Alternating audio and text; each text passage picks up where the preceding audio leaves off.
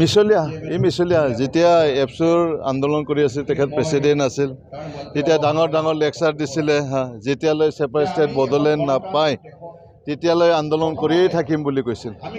Bodoland separate state Bodoland ক'ত গ'ল প্ৰমোদ বড়োক সুধিছোঁ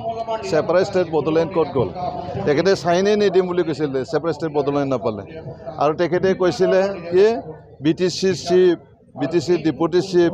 EM MCLA MLA MP হোৱাৰ কোনো সপোন নাই বুলি কৈছিল কোনো সপোনেই নাই বুলি কৈছিল কিন্তু আজি তেখেতে UPPLৰ প্ৰেচিডেণ্ট তেখেতে BTCৰ চিফো হৈ গ'ল আৰু বৰ্তমান তেখেতে BTCৰ MCLA হয়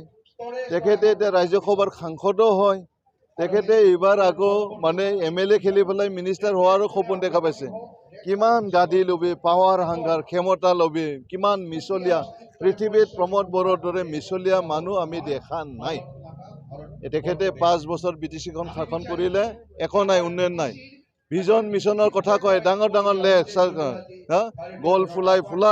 কথা কয় গাহৰি মিছন ক'বাৰ ছাগলী মিছন ক'বাৰ মুৰ্গী মিছন কিবা মিছন গোটেইখিনি মিছন টকা খাৱাৰ মিছন একো নাই উন্নয়ন নাই টেঙা আম বজাৰত এবাৰে বিক্ৰী হয় প্ৰমোদ বড়োৰ ডাঙৰীয়াৰ যিটো ট্ৰেক্টৰ পাল্টিছে এইবাৰ নিৰ্বাচনত শূন্য হ'ব এইবাৰ বিধানসভা নিৰ্বাচনত UPPL দলে মানে ইয়াত মানে ৰিজাল্ট পাব 0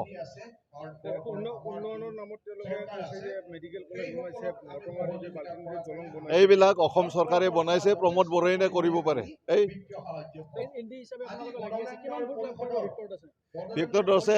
ভিক্টৰ দাসে মানে 1 লাখ ভোট অধিক লৈ 1 লাখতকৈ অধিক ভোট লৈ পেলাই জিকিব UPPL লাষ্টত থাকিব দুইটা সমষ্টিতে NDAৰ প্ৰাৰ্থী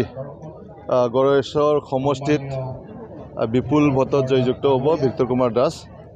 আমি BTCত 15টা সমষ্টি আছে 15টা সমষ্টিত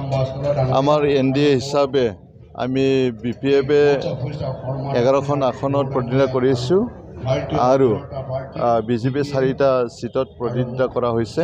গতিকে 15টা সিটত 15টাই আমাৰ NDA প্ৰাৰ্থীবিলাকক আমি মানে জিকাই নিম আৰু অসমত আমি এইবাৰ শক্তিশালী ৰাষ্ট্ৰীয় গণতান্ত্ৰিক মৰ্চাৰ চৰকাৰ গঠন কৰিম